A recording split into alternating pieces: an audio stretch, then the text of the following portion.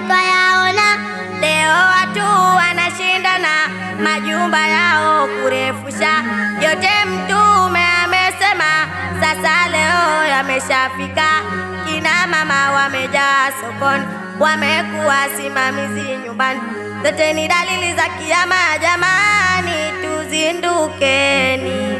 Kina mama kusuka nywele mithili nundu za ngamia, bila shida ya kwamba yale yalofanyika milaniwa. Zilizobakia dalili kubwa kubwa, jua kutokea magharibi ya dunia na kwenda kutua mashariki ya dunia. Mtume nabia yote ametwambia, dalili za kiyama Mtume alizozisema sasa zimeshadhihiri, kila nyanda tofauti namna.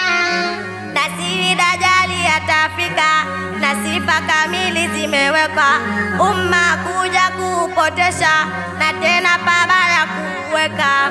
Watu watamuamini kama yeye ndiyo Muumba, hatoyafanya duniani tuhifadhiwe tu Mola. Ndoa za jinsia moja zimeenea katika dunia, maasi yalotupa mipaka kwa kasi tunajifanyia.